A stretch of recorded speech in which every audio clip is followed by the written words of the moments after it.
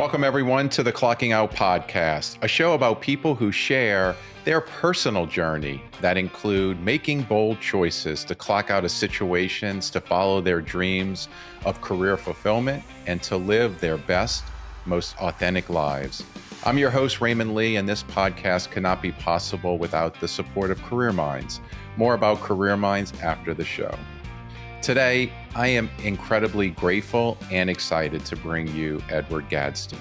I met Ed over 4 years ago when we hired his company, Creative Source, to do some diversity and inclusion work. Ed is just an incredible human. He has an amazing story, and he's made just an amazing impact on me as an executive and our company overall. Ed is the principal of Creative Source Human Resource Consulting, where he focuses his work on HR, diversity, and inclusion consulting. Prior to launching his business, Ed was the Chief Diversity Officer at Pfizer, where he was responsible for integrating diversity and inclusion into talent initiatives across the global enterprise.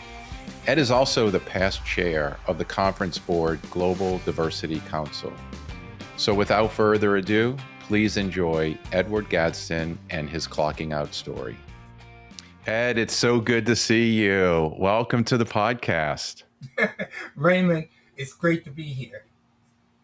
Ed, I have to say, so first and foremost, I was just reflecting back on when you and I met. And this June, it's been 4 years. We met in June of 2020. Wow. Yeah, it's like crazy how time flies, right? It does. It really does. Yeah. So, and listen, we're going to get to how we met and a little bit about your company, Creative Source, and really the great work that you're doing. But I'd really like to kind of jump into a little bit about your background, where you grew up. And as you know, this podcast is really about clocking out. And I know that you have at least one or two clocking out stories that I believe are just incredible. And I can't wait to dig into that. But I love to just would love to know more about Ed and kind of tell us where you grew up and where you're from, and we'll go from there. Okay, Raymond. Actually, I grew up in Washington, D.C. And I know now when people say Washington, D.C., they live in Northern Virginia, but I actually grew up in the metropolitan area of Washington, D.C. And I often tell folks that I grew up in all of the places they tell you not to visit. And a single mother who raised me.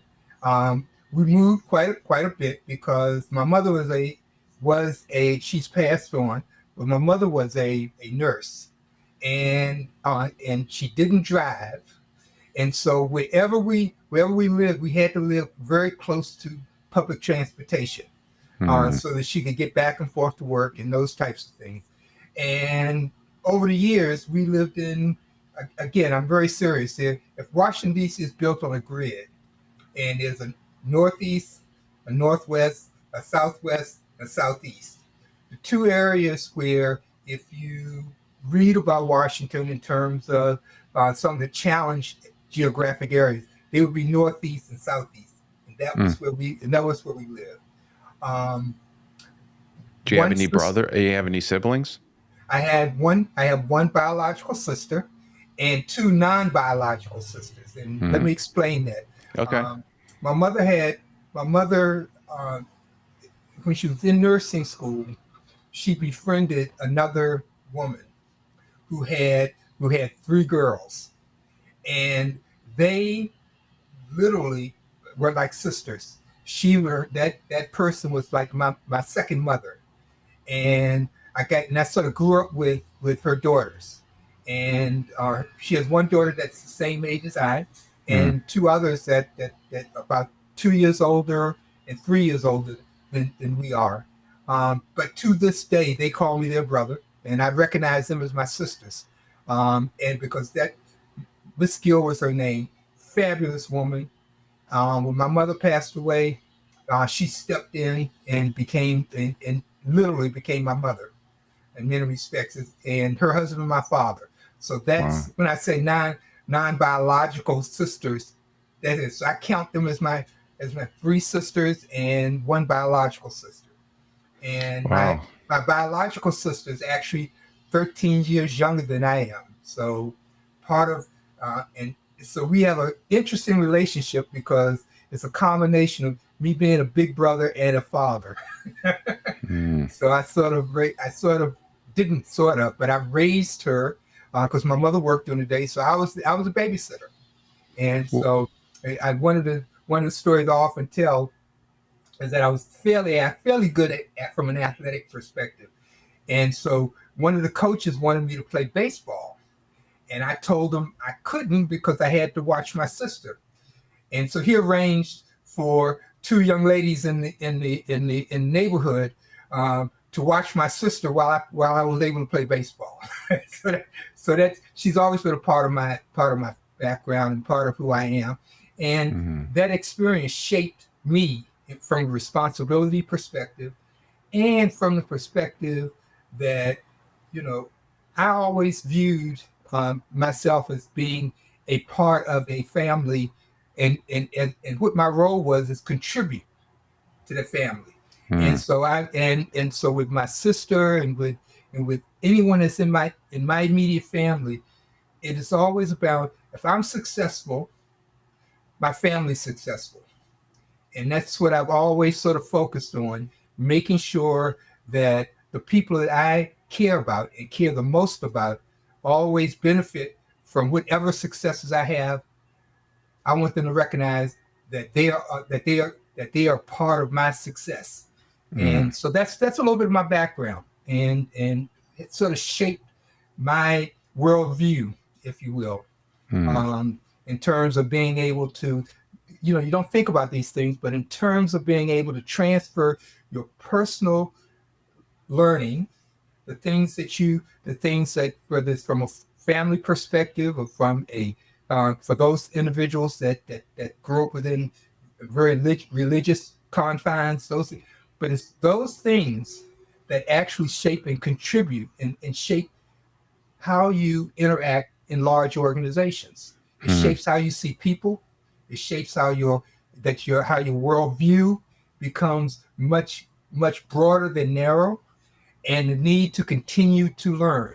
And so those are the things that helped me with my background. It's a little bit about where I grew up, and probably said more than I've said in a long time about my family. So. Well, I love your share as far as your responsibility for your younger sister, and you almost have that accountability at an early age, especially with a single mom. She's working, and you're growing up with your sister and your other sisters, and you're the only boy, and I feel, and it feels like there's an accountability at an early age that really sort of impacted your career.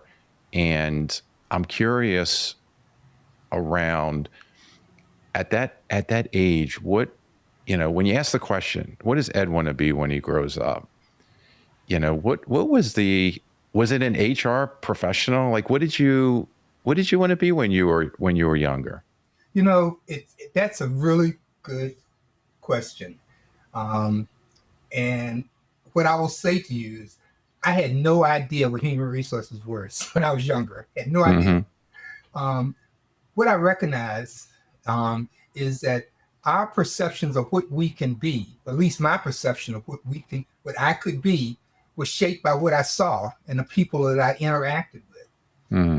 And so, the people that I interacted with, I saw on TV were, lawyers, Perry Mason, and detective stories, and those the people that I knew in my community and had an opportunity to see were teachers, an accountant, um, insurance person. So my perspective in terms of what I could be was not really broad. It was fairly narrow. It was about those things that you see in your experience. And since my mother was a nurse, so I understood about what doctors did and those kind of things. And toyed with the idea that I may want to be a doctor when I grow up because of my mother. My mother would tell me I should be a lawyer because you really debate well, you challenge me all the time. You should be a lawyer. So it was those kinds of things that I said, oh, okay, well, and I actually until I began to understand what lawyers do, I realized I never wanted to be a lawyer because I'm not going to research and write all the time because 90% of what lawyers do is research and write. Yeah. They're not in the courtroom. They're not debating all the time. But it was a fairly narrow perspective. Actually, when I graduated from college and getting into college, I before my senior year began to read the newspaper, began to understand about politics and those kinds of things. And I had a tremendous interest in urban politics, in maybe being the mayor of a city or those kinds of things. When I got into college, I loved learning, and so I was always so college was to me was just great. You choose the courses you want. You're able to shape your atmosphere and where you are and what you do. It was fabulous. And so while I was in college, I began to understand I don't want to be a lawyer. I understand that political science doesn't prepare you for politics. Mm-hmm. But one of the things I did while I was in college was I got very involved on campus. I was president of the Black Student Union. At the time, Towson State University, which is in Baltimore, was had very few people of color on campus. They didn't recruit a lot in the inner city, even though Towson is literally 5 minutes from the inner city of Baltimore. It was primarily a teachers' college that was evolving. And so when I got there, and what attracted me there was I had an opportunity to play football and basketball, and didn't know a lot about the college, but the two schools that had recruited me heavily was in the Midwest, and I realized that I couldn't go to them because I didn't have clothes for Wisconsin and Minneapolis. You did, yeah. So you weren't prepared to live in the frozen tundra, as they say. Not at all. Not at all. So at the last minute, I shifted and went to Towson in Baltimore. But one of the things that I realized once I got there was that I think when we got there, Towson has about 10,000 students at that time. Only about 50 of them were on campus and African American. And I realized that I can change this. So I went to the admissions office and proposed a program with me, of course, and my best friend to go back to Washington, D.C., to the high schools in D.C. to recruit more African American students to come to Towson. And the underlying effort there was around, I said students, but it was really, we realized that there weren't any African American women on campus, so we needed to change that. And so that was our interest in doing it. But it was a successful program. At the end of that, I learned a lot about admissions. I learned a lot about the campus life, those kinds of things. And I was offered an opportunity to work in admissions at Towson in my senior year. And actually, I told my best friend he should take that job because I didn't want my life to be at Towson. I've been there for 4 years. I wanted to see if there's a bigger world out there. I wanted to see what was in that world. And we're going to hop into, can't wait to dig into the HR and the corporate world. And it sounds like, there was a clocking out moment here from higher education to the corporate world. But I want to go back just for a second and ask you about the courage that, you were at Towson and you saw an opportunity where diversity was almost non-existent at Towson University.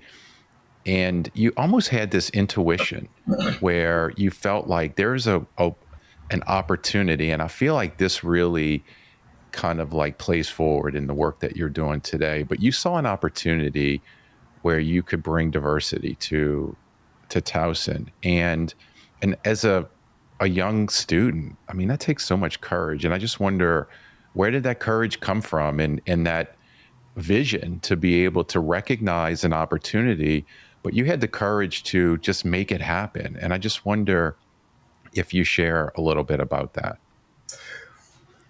It's interesting you should mention courage, and I really didn't actually think about it as being a very courageous act, as it was, what I've learned in my life and in my career, that you can't be afraid of change, number one, and you can't be afraid to initiate change. And that has sort of guided me through my life. But I realized that I like to manage change, and I like being a part of change, and I wasn't going to be afraid to make personal changes that could affect me in a very positive way going forward. So that comes from where I grew up, the things that I had. You talked about responsibility.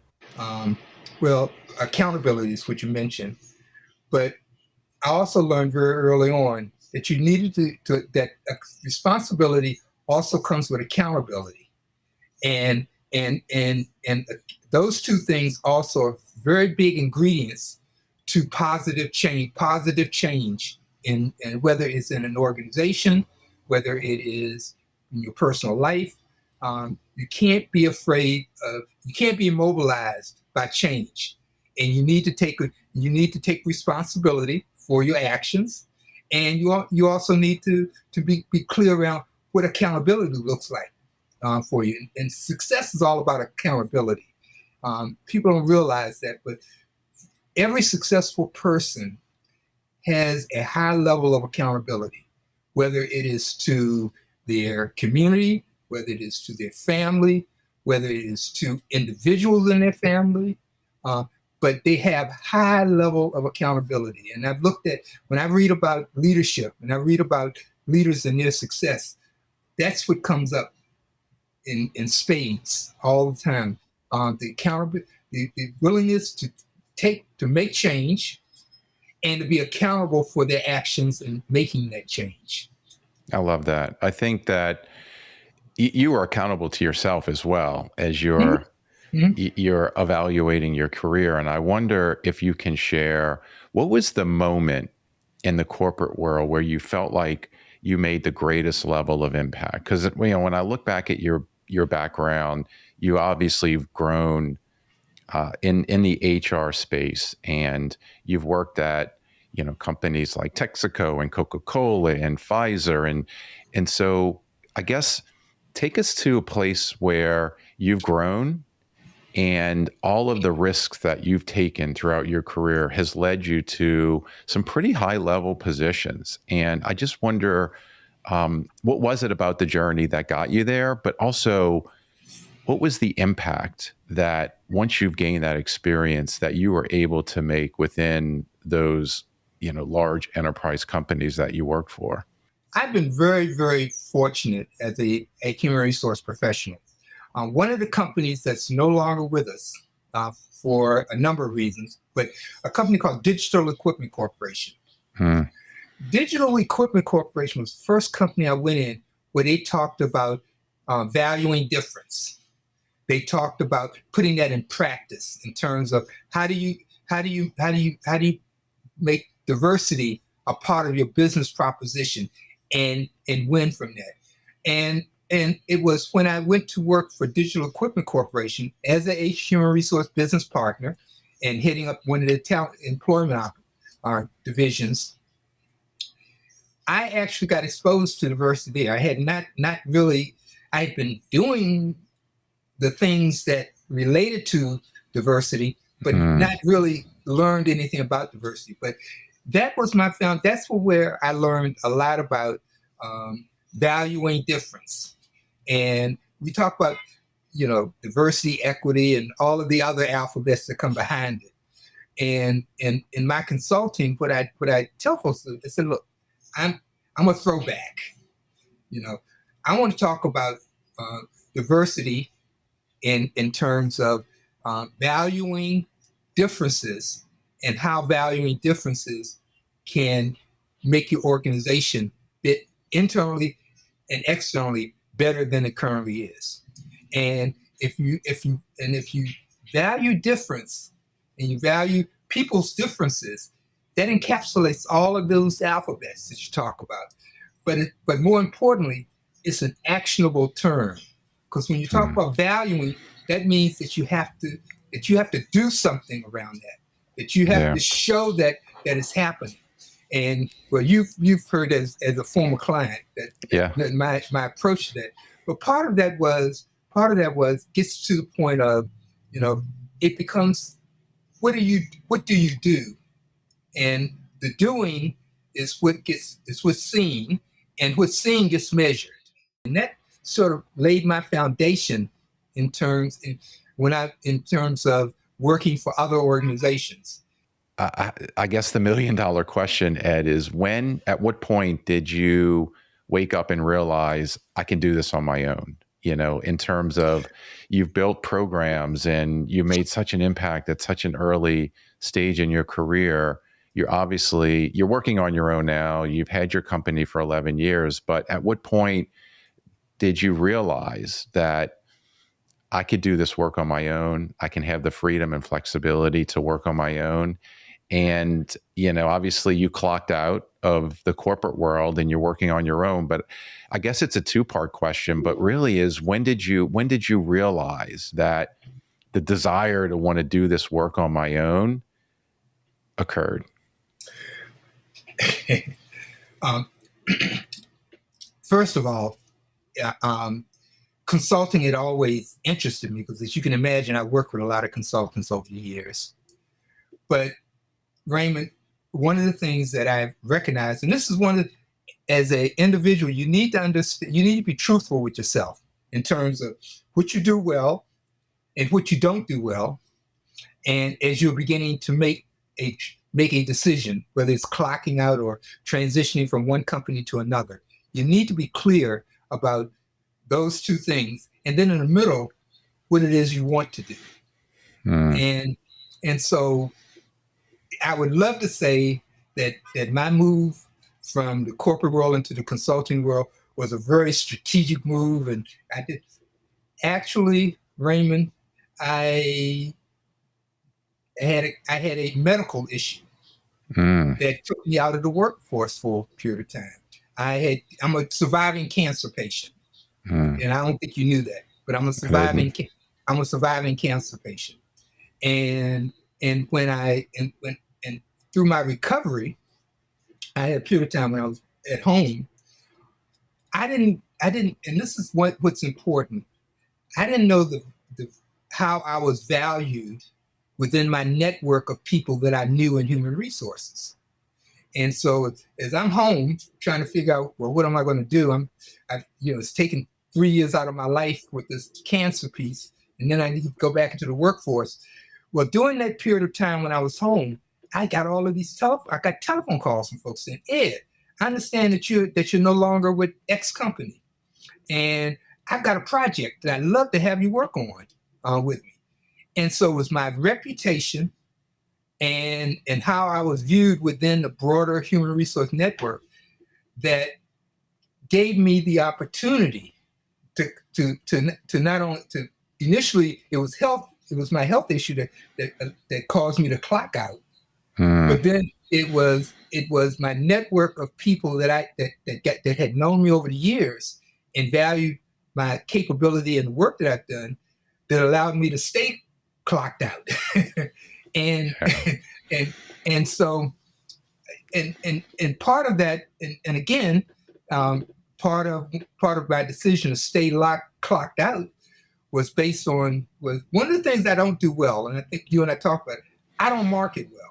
I don't sell myself very well. And so understanding that if you don't do that well, and you need to continue to refresh and manage the network of people that have known you over the years that will value what you bring to the table and engage with you. So when people found out that I was consulting, within my network, I got phone calls. And I continue to this day to get phone calls. About a week ago, I got a message from someone that says, "Look, we have a project here. We'd love to have you submit a proposal on." And so those are the things that's so clocking out can be based on a very strategic move, but there could be health issues that require you to clock out for a period of time, and then it's a decision point around whether you stay clocked out or whether you re-engage in that. And so that's sort of my story around clocking out. Well, first of all, I want to appreciate you being vulnerable and sharing your health related issue. And I couldn't imagine a world without Ed Gadsden, because you and I obviously met years after that. And so grateful that you're here with us today and you're able to share your story. The other thing that just resonates is, this idea that you left the workforce for 3 years, you left the corporate world, and I believe it was Pfizer, where you were head of diversity and inclusion, and you've exited the workforce for 3 years, and you come back, and you've made such an impact over your career that people valued you and the work that you've done. And you when you say you're not a good marketer, you're an excellent marketer, because part of marketing is building a community of people that really value the contributions that you've made. And over the decades of the work that you've done, you've established a network where that's the marketing strategy that I feel like you put in place, was building a community of professionals who value the work that you've done and the contribution that you've made. And it's ultimately how you and I got connected, which I'm also super grateful for. And so thank you for sharing that. And I think it's so fitting to kind of transition to the point of how we met. And I was kind of making some notes along the way here where you talked about initiating change, the word actionable. And you and I met 4 years ago through a referral. And it just kind of gets me chills, because it was shortly after May 25th, 2020. And we know what date that was. Yes. It's the date George Floyd was murdered. And as a CEO of my company, I was grappling with some of the things that you described at Texaco, where there was internal influence from employees on whether or not our company was going to participate in Blackout Tuesday, which was, the social movement that protests racism and police brutality. And for me, I was sort of grappling, like, as a company, what's going to be our stance? And ultimately, you and I connected around, how does this impact the company? And I was so grateful that I was referred to you, because the first moment that you and I met, there was an instant connection, first of all, because I believed in your philosophy and I believed in how you approach this idea of inclusion and how diversity and inclusion impacts the business, right? And so we just connected right away. And the thing that resonated with me was that word action, because sure, we participated as a company. We participated in Blackout Tuesday and used the hashtag Black Lives Matter, because it was important to me. It was important to our employees. But it's so interesting, because when you had said at Texaco, when you were sitting around those employees and you said, I don't think I can work for a company who doesn't initiate change, we had the same passion from our employees around standing up for protesting racism and police brutality. Mm-hmm. And so that's the journey that we started. You started with our company back in June of 2020. But the impact that you made was around the action. And, I think I want to point out that, not only did we participate, but you really helped us create a culture of awareness, a culture of inclusion. And it wasn't training. It was really around having conversations, with employees around, what does this all mean? And so, first of all, I'm just grateful. I wanted to share that context because the work that you've done in your entire career really impacted me personally as a professional, but also the culture of our company. So I want to, this podcast is dropping on Juneteenth. Mm-hmm. Mm-hmm. And it's a special day in history. Mm-hmm. And I wanted to, as we're kind of wrapping up here with the work that you do and kind of where we are as a country, I wonder if you could just share a few thoughts about, what does Juneteenth mean to you? And also, and how is that impacting the work that you do today? Well, let me sort of start off with saying what Juneteenth means. And I think many people know, I won't say most people, but many people understand what it is. But, people assume that when the Emancipation Proclamation happened, that slaves were free. and that they were automatically free. Well, the reality is that the emancipation is like any policy. It takes a long time to get to the ground level and have the impact that it should have. Well, Juneteenth was actually in Texas, an interesting historical landmark, but actually Galveston, Texas, where African Americans there actually celebrate. That's when they became actually free. They left the plantations they were on.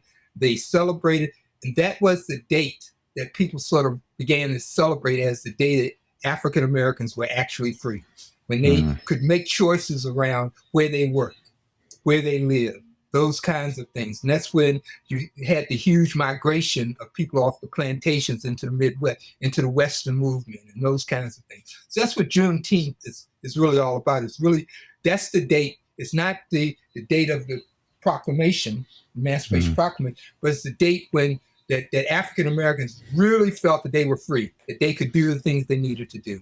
So that's what Juneteenth is. A couple of things that I will say around Juneteenth, and for me, gets to the point around action.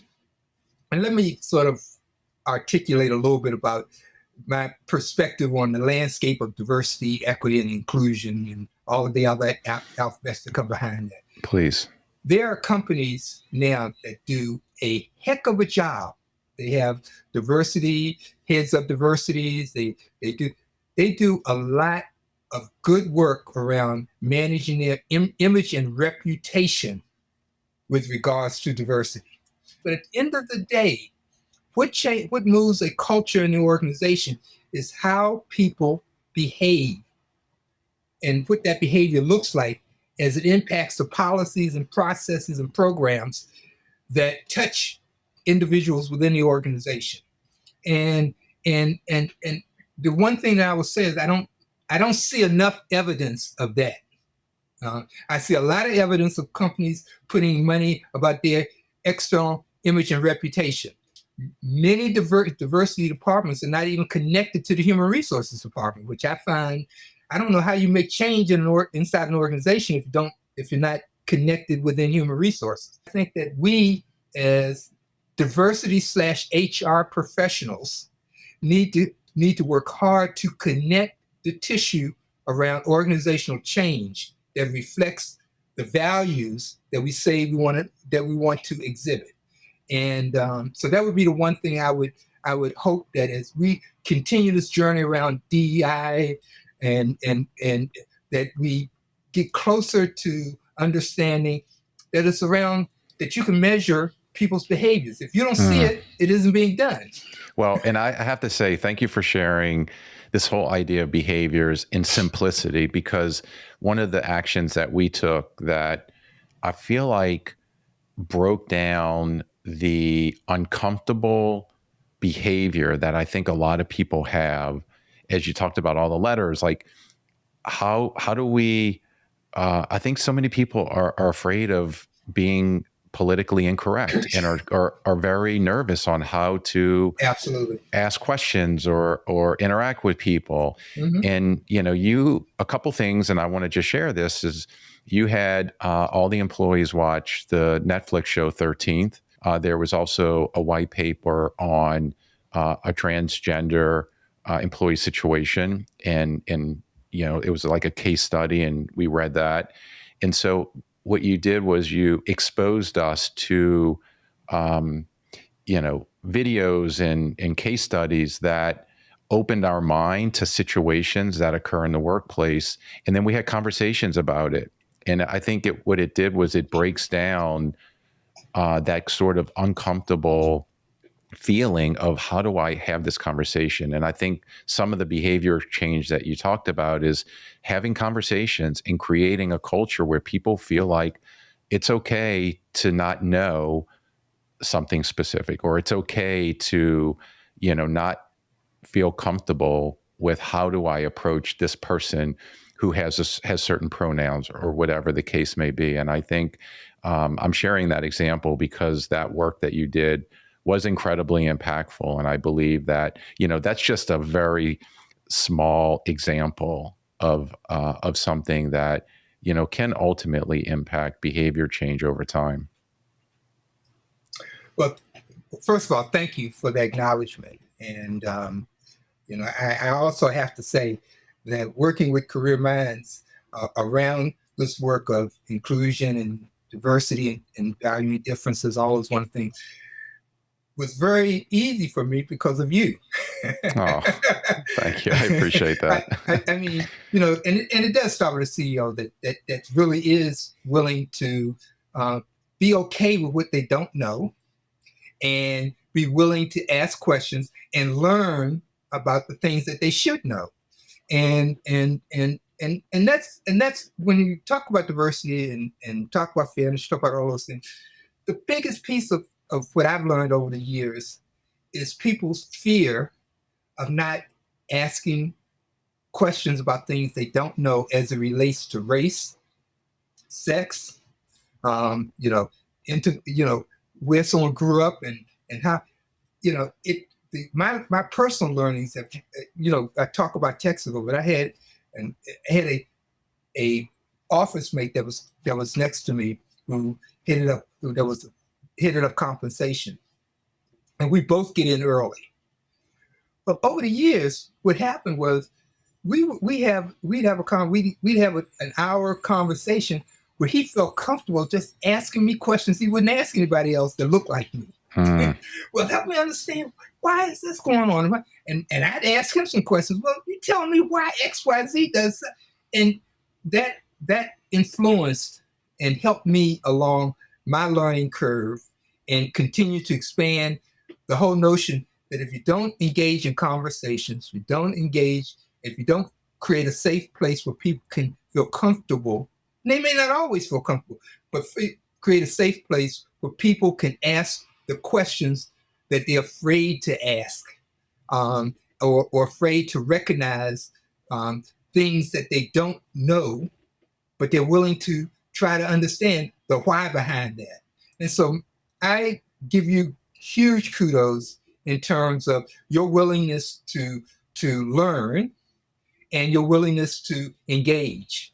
I appreciate that. And this is a part of what this is all about. So I appreciate that. And I have to say, though, I was very uneducated, and I'm, have to admit, I was a little shameful, and the fact that it had to take a tragic event for, and really all of the and all the impact of the employees for me to wake up.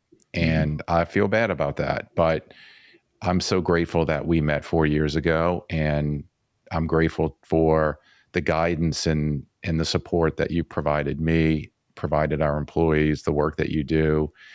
And as we wrap up here, Ed, I'm curious. So where, if people want to find Creative Source HR Consulting at Gadsden, obviously we'll have all your contact information in our show notes for people to reach out to you. But is it best for them to go to the website, go to LinkedIn? Where should people find you? All of the above. The website, you'll have that information: Creative Source, Human Resource Consulting, and also LinkedIn. And those are two primary places where I'm seen. I don't do a lot of reach out, but I welcome folks that are willing to reach in. And so, I love that. Those Ed. are two places. I love that, and I am just so incredibly grateful for everything that you're doing. And I'm grateful to our friendship and really just the work that we've been able to do together. And for those who you're in the company and you feel like Ed could add some value, I would absolutely encourage you to reach out. And so with that, Ed, thank you again so much for spending your morning here. Happy Juneteenth. And and thank you all for listening. Until next time. Hello, Raymond again here. Thank you again to our sponsor, Career Minds, a global provider of outplacement and leadership development services. You can learn more about Career Minds at careerminds.com. And if you'd like to connect with me about your own personal career journey, you can connect with me on LinkedIn as well as Instagram at raymondlee.co. Until next time, remember, if you're stuck or unsure of your career or future and think it's time for a change, I would encourage you to ask yourself these 3 simple questions. Does my career or work make me feel alive? Am I doing the things that matter to me most? And am I creating value for myself and for others? Until next time.